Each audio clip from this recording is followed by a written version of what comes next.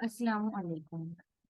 आज हमने vector space का लेक्चर नंबर 3 स्टार्ट करना है, जिसमें हमने लीनियर स्पैन के बारे में डिस्कस करना है कि वेक्टर स्पेस में लीनियर स्पैन क्या होता है। तो चले लेक्चर को स्टार्ट करते हैं। सपोज किया कि वी आपके पास एक सेट ऑफ वेक्टर है। ये कैपिटल वी है। कैपिटल वी का मतलब है कि इसमें हमारे पास बहुत सारे वेक्टर्स हैं, लेकिन वेक्टर्स की काउंटिंग फाइनाइट है। ये चीज याद रखिएगा। हमने क्या किया, हमने इस वेक्टर वी का एक सबसेट पिक कर लिया और मैंने उस सबसेट को एस का नेम दे दिया कि एस जो है वो वी का सबसेट है। अब मैं एस को स्पेनिंग सेट कहूंगी, ये लीनियर स्पैन कहूंगी। ये मैं तब कहूंगी जब मैं एस के एलिमेंट को जो है वो लीनियर कॉम्बिनेशन की फॉर्म में रिप्रेजेंट कर पाऊँ। तो यानी आपने क्या करना है, आपके पास एस में बहुत सारे वेक्टर्स होंगे, हालांकि वो वी का सबसेट है, बेशक उसमें वी से कम एलिमेंट्स होंगे, यानी कम वेक्टर्स होंगे। आपने क्या करना है, आपने उसको लीनियर कॉम्बिनेशन की फॉर्म में लिख दिया। अब जब आपने उसको लीनियर कॉम्बिनेशन की फॉर्म में लिख दिया और लिखने के बाद सॉल्व किया, आपके पास जाहिर बात है रिजल्ट में कोई ना कोई सेट आएगा और सेट में कोई ना कोई एलिमेंट्स आएंगे। अब जो आपके पास रिजल्टेंट सेट आ रहा है, आप कहोगे कि वो जो सेट है वो आपके पास एक स्पेनिंग सेट है, यानी वो जो आपके पास एस आया है जिसे आपने एल ऑफ एस से डिनोट करना है। अब ये जो आपके पास सेट है, इसे आप कहोगे कि ये एक लीनियर स्पैन है, ये स्पैनिंग सेट है। और किसका स्पैनिंग सेट है, ये वी का स्पैनिंग सेट है। वी का स्पैनिंग सेट का मतलब ये है कि ये वी के एलिमेंट को स्पैन कर रहा है। स्पैन मीन्स जनरेट करना। इसके लिए अक्सर बुक्स में सेकंड वर्ड भी यूज किया जाता है, जनरेट। ये आपको मजीद आगे एग्जाम्पल से भी समझ आ जाएगा, बट उस एग्जाम्पल से पहले आप एक नोट जो है वो माइंड में याद रखिए, ये इंपॉर्टेंट है कि अगर ऐसा आपके पास एक फाई सेट है, यानी कुछ भी नहीं है, तो उसके लीनियर स्पैन में एटलीस्ट जीरो तो लाजमी मौजूद होगा, क्योंकि आपको पता है कि जीरो तो हर सेट में होता है। तो एटलीस्ट जीरो जो है वो उसके अंदर लाजमी होगा। ये इंपॉर्टेंट बात है, इसको याद रखिएगा एज ए एमसीक्यूज के तौर पर। अब नेक्स्ट हम एग्जाम्पल करते हैं। अब हमने क्या करना है, हमने ये बताना है कि हमें एक सेट ऑफ वेक्टर्स दिया हुआ है।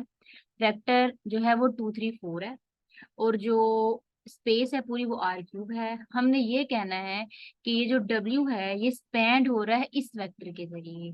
तो यानी हमने सिंपल, हमें पता चल गया कि हमने स्पैनिंग सेट फाइंड करना है। तो आपने डेफिनेशन पढ़ी थी कि आपने उसको लीनियर कॉम्बिनेशन की फॉर्म में लिखना है। तो चलें अब हम इस पर डेफिनेशन अप्लाई करते हैं। बट डेफिनेशन अप्लाई करने से पहले मुझे इसको मैथमेटिकल फॉर्म में कुछ लिखना होगा। वो कैसे, उसने कहा है कि आपने इक्वेशन बतानी है। Find equation defining the subspace W. तो इसका मतलब डब्ल्यू हमारे पास सबसेट है। तो यानी अगर आप इसको सिंपल वर्डिंग में लिखें ताकि आप क्वेश्चन को सॉल्व कर पाए और आपको इजीली समझ में आ जाए, आपने लिखना है कि डब्ल्यू इज स्पैन्ड बाय 2 3 4। जारी बात है, उसने भी यही लिखा था कि W of R³ spend by the vector this. आपने इसको सिंपल करके लिख दिया लाइन को। अब देखिए आपके पास एक वेक्टर गिवन है, तो जाहिर बात है आप इसको लीनियर कॉम्बिनेशन की फॉर्म में लिखोगे। तो आपको पता है कि लीनियर कॉम्बिनेशन की फॉर्म में ऐसे लिखा जाता है, अगर आपको याद हो, alpha X plus beta Y करके आप लिखते हो कि इसे कहते हो कि ये लीनियर कॉम्बिनेशन है। और इसमें हम कहते थे कि हमारे पास एक्स वाई वेक्टर्स हैं, यानी आप इसकी जगह V1 भी लिख सकते हो, V2 भी लिख सकते हो, आपकी मर्जी है। तो यहाँ पे क्वेश्चन में हमें सिर्फ एक वेक्टर दिया हुआ है, तो सपोज किया कि वो मेरे पास V1 वेक्टर है और वेक्टर उसने नहीं दिए। अभी हम आगे एग्जांपल्स करेंगे, उसमें वो ज्यादा वेक्टर्स देगा, बट फिलहाल ये छोटे से एग्जांपल है और इसके आने के चांसेस बहुत ज्यादा हैं। तो उसने एक V1 वेक्टर दिया, आपने इसको लीनियर कॉम्बिनेशन की फॉर्म में लिखा, और आपको पता है कि ये सिर्फ एक ही वेक्टर है, तो इसका मतलब इसका लीनियर कॉम्बिनेशन में सिर्फ यही चीज लिखी जाएगी, बाकी चीज नहीं आएगी। अगर 2 वेक्टर होते तो ये लिखते, अगर 3 वेक्टर होते तो आप प्लस करके यहाँ पे गैमा V3 लिख देते। आपकी मर्जी थी, जितने मर्जी वेक्टर्स आते जाते आप ऐड करके यूं लिखते जाते। फिलहाल आपके पास एक वेक्टर था तो आपने ए लिख दो, इधर अल्फा लिख दिया, आपकी मर्जी है, आपने वो लिख दिया। इक्वल में आपको पता है ये कैपिटल V के इक्वल होता है, यानी पूरी स्पेस R³ के इक्वल होता है। बट उसने यहाँ पे बताया था कि W को हमने चेक करना है, क्योंकि हमने पीछे भी अभी डेफिनेशन यही पढ़ा था कि हमने ये बताना है कि W स्पैन कर रहा है, यानी S स्पैन कर रहा था, यहाँ पे W उसका काम कर रहा है इसका। तो आपने क्या है कि W में से कोई एलिमेंट पिक कर लिया, जाहिर बात है आप यहाँ पे W तो लिख नहीं सकते, तो आपको जाहिर बात है ऑर्डर पेयर में कोई एलिमेंट कंसीडर करना होगा, और वो कोई आर्बिट्रेरी एलिमेंट होगा। तो आपने XYZ खुद से अपनी मर्जी से कह दिया कि W से बिलोंग कर रहे हैं। आपने सिंपल एक को उधर मल्टीप्लाई किया, फिर आपको पता है पीछे आप प्रॉब्लम सॉल्व करके आए हैं कि ऑर्डर पेयर को सॉल्व करने का मेथड ये है, फर्स्ट को फर्स्ट के साथ, सेकंड को सेकंड से, थर्ड को थर्ड से कंपेयर करते हैं। आपने कंपैरिजन करके लिख दिया। उसने हमें क्या, फाइंड इक्वेशन, हमने इक्वेशन की टाइप बतानी है कि एंड में जो आंसर आ रहा है वो किस टाइप का है। अभी आप आगे जाएंगे आपको सिंपल क्वेश्चन दिए होंगे, उसमें बस इतना कहा होगा कि इसका स्पेलिंग सेट बताओ, वो बिल्कुल सिंपल है। बट ये पास पेपर में आ भी चुका है, तो इस वजह से मैंने यहाँ पे इसको सॉल्व करके बताया। अब देखिए यहाँ पे आपने देखा ए भी इधर है, इधर भी ए है, इधर भी ए है, तो इसका मतलब मैं ए कॉमन ले सकती हूँ, और ये तीनों ए आपस में इक्वल हैं, तो इसका मतलब मैं इन तीनों को इक्वल करके भी लिख सकती हूँ। और आपको पता है ये इक्वेशन ऑफ लाइन जो है वो भी इस फॉर्म की होती है। तो आपको क्या पता चल गया, आपको इससे जो है वो फॉर्म पता चली है कि किस टाइप की आपके पास इक्वेशन आ रही है, तो आपके पास इक्वेशन ऑफ लाइन आ रही है। अब एमसीक्यूज में क्या आया था लास्ट टाइम, उसमें उसने ये कहा था, उसने हमें क्वेश्चन ये दे दिया था, उसने कहा था ये बताओ कि ये हमारे पास जो सेट स्पैन हो रहा है वो कौन सी इक्वेशन जनरेट कर रहा है। फिर ए में था लाइन, फिर बी में था प्लेन, फिर स्पेस, और फिर कर्व आ गया था। तो यानी सिंपल आपने बताया वहां पे बताना था कि कौन सी इक्वेशन बनेगी। तो सिंपल आपने देखा कि यहाँ पे इक्वेशन ऑफ लाइन बन रही है, तो इक्वेशन ऑफ लाइन हमारे पास सही ऑप्शन था। तो इससे हमें पता चला कि डब्ल्यू जो इक्वेशन है वो लाइन की इक्वेशन बना रहा है। अभी देखिए हम नेक्स्ट एग्जांपल करेंगे, तो उसमें ये हमारे पास जो है इक्वेशन ऑफ प्लेन बनाएगा। अब इस प्रॉब्लम में देखें, उसमें उसने हमें तीन वेक्टर्स दिए हैं, V1 V2 एंड V3 दिया है। अब आपने इसको बिल्कुल उसी मेथड से सॉल्व किया, आपने क्या कि W जो है वो स्पैन हो रहा है V1 V2 V3 से, आपने XYZ जो है वो W में से ले लिए। सिंपल आपने उसको लीनियर कॉम्बिनेशन की फॉर्म में लिखा, जैसे हम लिखते हैं। वो लिखने के बाद अब यहाँ पे जब आपने कंपैरिजन करवाया है इसको, तो जाहिर बात है आपको पता है ऑर्डर पेयर को जब कंपैरिजन करवाते हैं तो हमारे पास एक सिस्टम ऑफ इक्वेशन बन जाता है, जैसे हमने भी लास्ट लेक्चर में किया था। और सिस्टम ऑफ इक्वेशन को सॉल्व करना का जो मेथड है वो आपकी अपनी मर्जी पे होता है कि आप जैसी मर्जी इसको सॉल्व करें। तो इसको जब हमने सिंपल सॉल्व किया बाय रो कॉलम ऑपरेशन के थ्रू, तो हमारे पास जो इक्वेशन सिंपल बन रही हैं वो ये इक्वेशन बन रही हैं। जब हम इन दो इक्वेशंस को सॉल्व करेंगे तो हमारे पास कोई भी आंसर नहीं आएगा, मैंने ये कैलकुलेट करके चेक कर लिया है। हमने असल में यहाँ से ए बी सी की वैल्यू निकालनी है, बट हमारी वैल्यू नहीं नहीं निकल रही, तो इसका मतलब ये दो इक्वेशन जो है ये हमारे काम की नहीं है, ये कुछ सेटिस्फाई नहीं कर रही हमारे पास। अब थर्ड इक्वेशन थी ये, तो इसका मतलब ये है कि ये जो हमारे पास इक्वेशन बनी है ये एग्जैक्ट इक्वेशन है, और ये इक्वेशन ऑफ प्लेन आपको पता है इसे कहते हैं, ये टाइप इक्वेशन की। तो इसका मतलब ये है कि वो जो हमारे पास तीन वेक्टर्स थे वो इक्वेशन ऑफ प्लेन जनरेट कर रहे थे। इधर भी देखिए इक्वेशन ऑफ प्लेन बन रहा है, बेशक एबीसी की वैल्यू कुछ भी हो सकती है, पर जनरेट इक्वेशन ऑफ प्लेन ही हो रही है इससे। नेक्स्ट में उसने हमें अल्फा 1 अल्फा 2 अल्फा 3 दे दिया है, और कहा है show that the vector V span by alpha 1 alpha 2 and alpha 3, इससे वो स्पैन हो रहे हैं। सिंपल आपने बस डेफिनेशन अप्लाई की, उसको लीनियर कॉम्बिनेशन के फॉर्म में लिख दिया, अल्फा 1 अल्फा 2 अल्फा 3 को। वी उसने वेक्टर हमें बता दिया था कि वेक्टर क्या है, इस वजह से हमने एक्स वाई जी लेट नहीं किया, उसने दिया हुआ था। तो आपने सिंपल बस अल्फा 1 अल्फा 2 अल्फा 3 की वैल्यू पुट की और उसको सिस्टम ऑफ इक्वेशन की फॉर्म में लिख दिया। अब आपकी मर्जी, अब जैसे मर्जी इसको सॉल्व करें। इसमें देखें XYZ कोई वेरिएबल नहीं आ रहा, तो इसका मतलब ये है कि मैं इक्वेशंस को आपस में ऐड या सब्ट्रैक्ट कुछ भी इस तरीके से करके ABC की वैल्यू निकाल सकती हूँ। तो आप इसको देखिएगा, मैंने सिंपल बस ऐड सब्ट्रैक्शन करके अपनी मर्जी से मैंने किया है, करके ABC की वैल्यू निकल आई है। अब ये वैल्यू निकल गई है, तो इसका मतलब ये है कि मेरे पास इस सेट जो है वो स्पैन करेगा। अब आपको पता है कैसे चलेगा कि स्पैम नहीं करेगा। अब देखें अगर आपके पास ABC की वैल्यू आप निकाल ना पा रहे हो, जैसे फॉर एग्जांपल आप दो इक्वेशंस को सॉल्व करें और आपके पास सॉल्व से कुछ भी ना बन रहा हो, आपके पास या तो इन्फिनिटी आ रहा हो या इक्वेशन की राइट साइड लेफ्ट साइड की इक्वल ना आ रही हो, जैसे 1 = 0 आ रहा हो, मतलब कुछ चीज सेटिस्फाई ना कर रही हो, तो तब आप कहोगे कि वो स्पैनिंग सेट नहीं बना रहा। तभी हम आगे एग्जाम्पल जाए करेंगे तो फिर आपको एग्जाम्पल पता चलेगी जिसमें वो स्पैनिंग सेट फिर नहीं बना रहा होगा, फिर आपको आइडिया हो जाएगा कि कैसे चेक करते हैं। फिलहाल ये उसने एग्जांपल दिया है, उसने क्या, show that the following sets of factors generate this. आपने सिंपल उसे फिर सिलेंडर कॉम्बिनेशन के फॉर्म में लिखा, सिस्टम ऑफ इक्वेशन बन गया। आपको पता है यहाँ से आपने आप इसको जैसे मर्जी सॉल्व करो, आपने सिर्फ एबीसी की वैल्यू निकालनी है। तो देखिए यहाँ पे सिंपल एबीसी की वैल्यू जो भी मर्जी आ रही है आपने वो निकाल दी।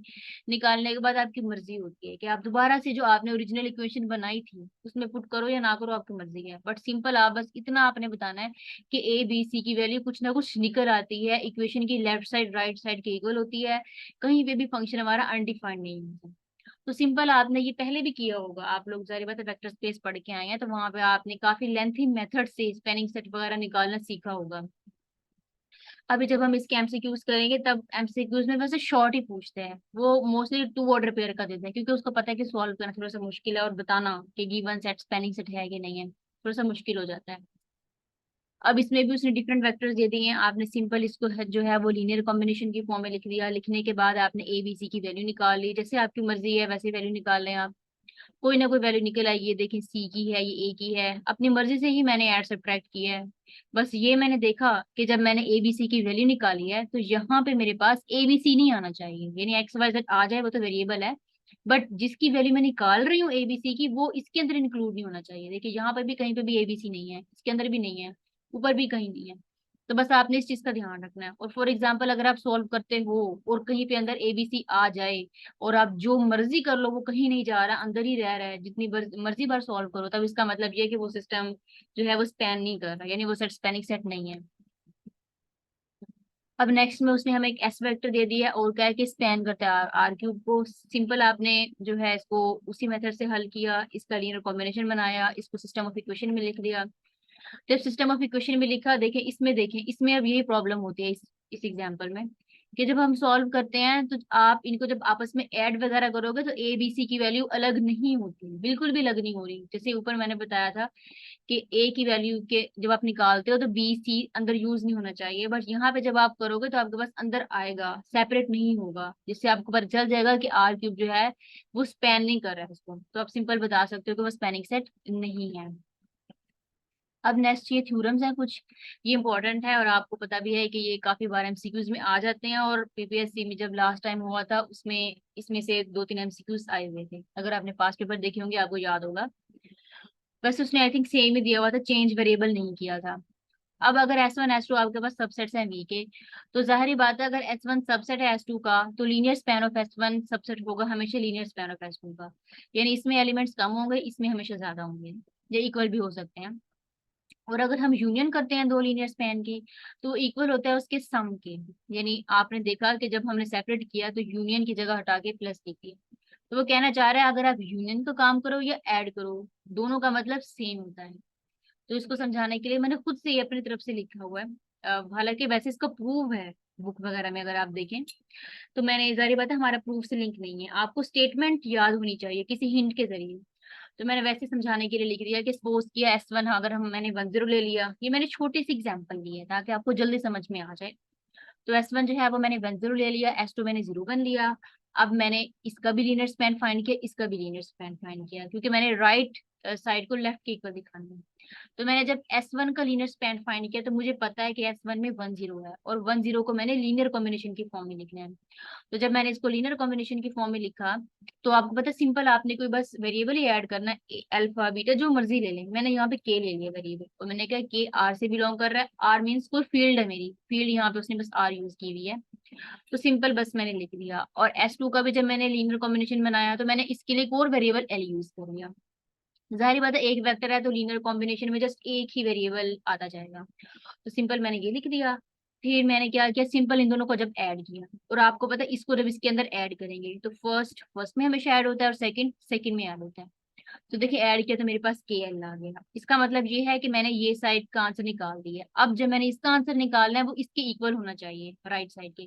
तो अब लेफ्ट साइड की बारी है, लेफ्ट साइड में पहले मैंने S1 यूनियन S2 किया, और आपको पता है कि जब दो ऑर्डर पेयर को यूनियन किया जाता है तो यूनियन का मतलब है सेट के अंदर आप उन दो ऑर्डर पेयर को लिख लोगे। देखिए पहले ये दोनों डिफरेंट थे, जब आपने यूनियन किया तो आपने इसको एक सेट के अंदर डिफाइन कर दिया, तो अब इसका मतलब ये कंबाइन है। अब आपने इस कंबाइन के ऊपर जो है वो स्पैन की डेफिनेशन अप्लाई की, तो इसका मतलब ये है कि इसका लीनियर कॉम्बिनेशन आएगा, तो इसका मतलब ये V1 है ये V2 है। आपने लिखा A V1 प्लस यहाँ पे आएगा, और सेकंड आपके पास जो भी आप बीटा ले रहे हो बी ले रहे हो वो लिख दिया आपने, और सेकंड वेक्टर आ गया, तो आपने इसको सिंपल लीनियर कॉम्बिनेशन की फॉर्म में लिखा। फिर आपने ए को अंदर मल्टीप्लाई किया, बी को अंदर मल्टीप्लाई किया, और आपको दो वेक्टर्स को ऐड करना आता है। फर्स्ट को फर्स्ट में ऐड करते हैं और सेकंड को सेकंड में ऐड करते हैं हम।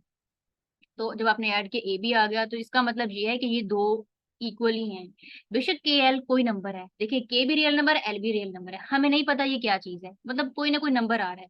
इधर भी ए भी कोई नंबर है, बी भी नंबर है, हालांकि बिलोंग तो ये आर से ही कर रहा है, तो इसका मतलब ये दोनों सेम टाइप के हैं, यानी आंसर सेम टाइप का आएगा।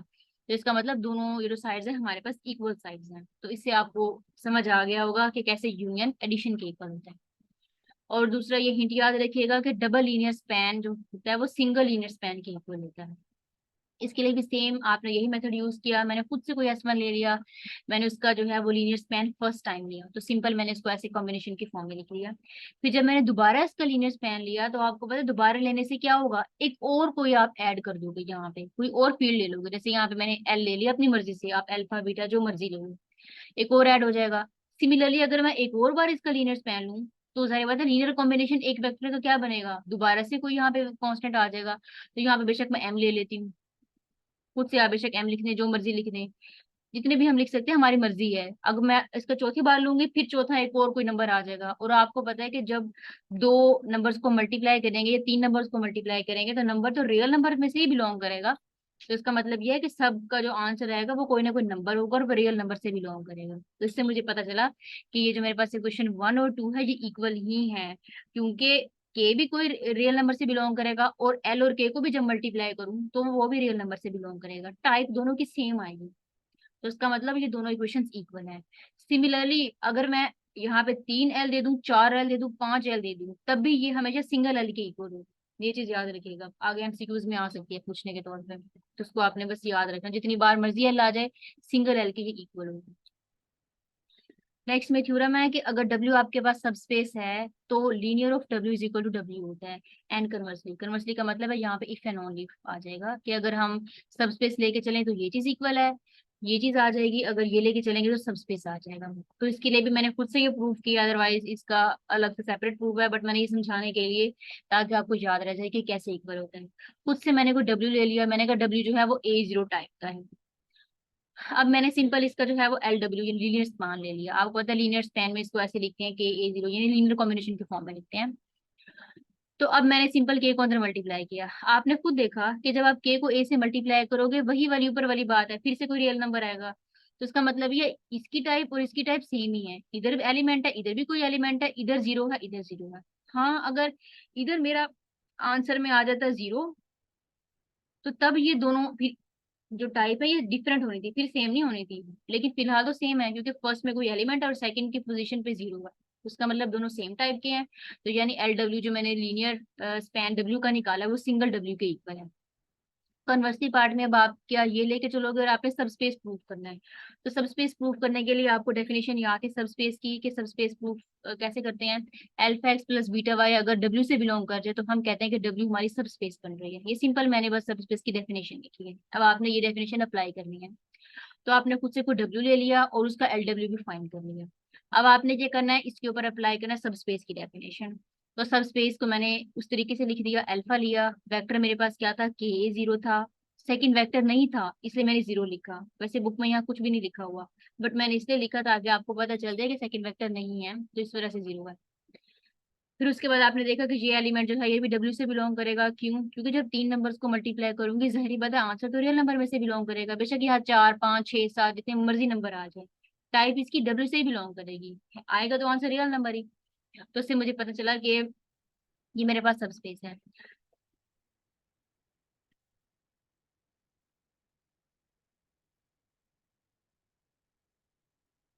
और आपको पता है कि LW हमारे पास W के इक्वल था, क्योंकि हम ये चीज लेके चल रहे थे, इस वजह से W के इक्वल आ गया, तो इसका मतलब W जो है वो मेरे पास सब स्पेस है। नेक्स्ट मुझे एग्जांपल दिया है कि उसने ऐसे में दे दिया है और उसने कहा कि show that 2 3 belongs to linear span. तो सिंपल आपने 2 3 वेक्टर था, आपने उसको लीनियर कॉम्बिनेशन की फॉर्म में लिखा, आपका काम यहाँ पर क्या है, आपने अल्फा बीटा की वैल्यू निकालनी है, बेशक ए बी होता उसकी वैल्यू निकाल दे। आपने जब वैल्यू निकाली, वैल्यू को जब आपने इस इक्वेशन में पुट किया तो लेफ्ट साइड राइट साइड के इक्वल आ जाएगी, तो इससे आपको पता चल जाएगा कि जो आपने आंसर निकाला है वो आपकी इस इक्वेशन को सेटिस्फाई कर रहा है। जब इसको सेटिस्फाई कर रहा है तो इसका मतलब ये है कि 2 3 जो है वो लीनियर स्पैन से बिलोंग कर रहा है। नेक्स्ट में सिंपल सी बात है, उसने एक एस वेक्टर दे दिया, उसने एक एल एस फाइंड करो, आपको सिंपल फाइंड करना आता है, आपने इसको लीनियर कॉम्बिनेशन की फॉर्म में लिखा। वो लिखने के बाद आपने सिर्फ वैल्यू किसकी फाइंड करनी है, आपने यहाँ पे सिंपल एक्स वाई जी निकाले हैं, जिसकी वैल्यू मर्जी निकाले, आपकी मर्जी है। आपने फिर इसको कंपेयर किया, फर्स्ट को फर्स्ट, सेकंड को सेकंड से, तो आपके पास ये वैल्यूज निकल गई, और जो भी आंसर आ रहा है आपने बस उसको सिंपल सेट के अंदर लिख देना है। और वो जो सेट है आपने कह दिया कि वो आपके पास लीनियर स्पैन का सेट है।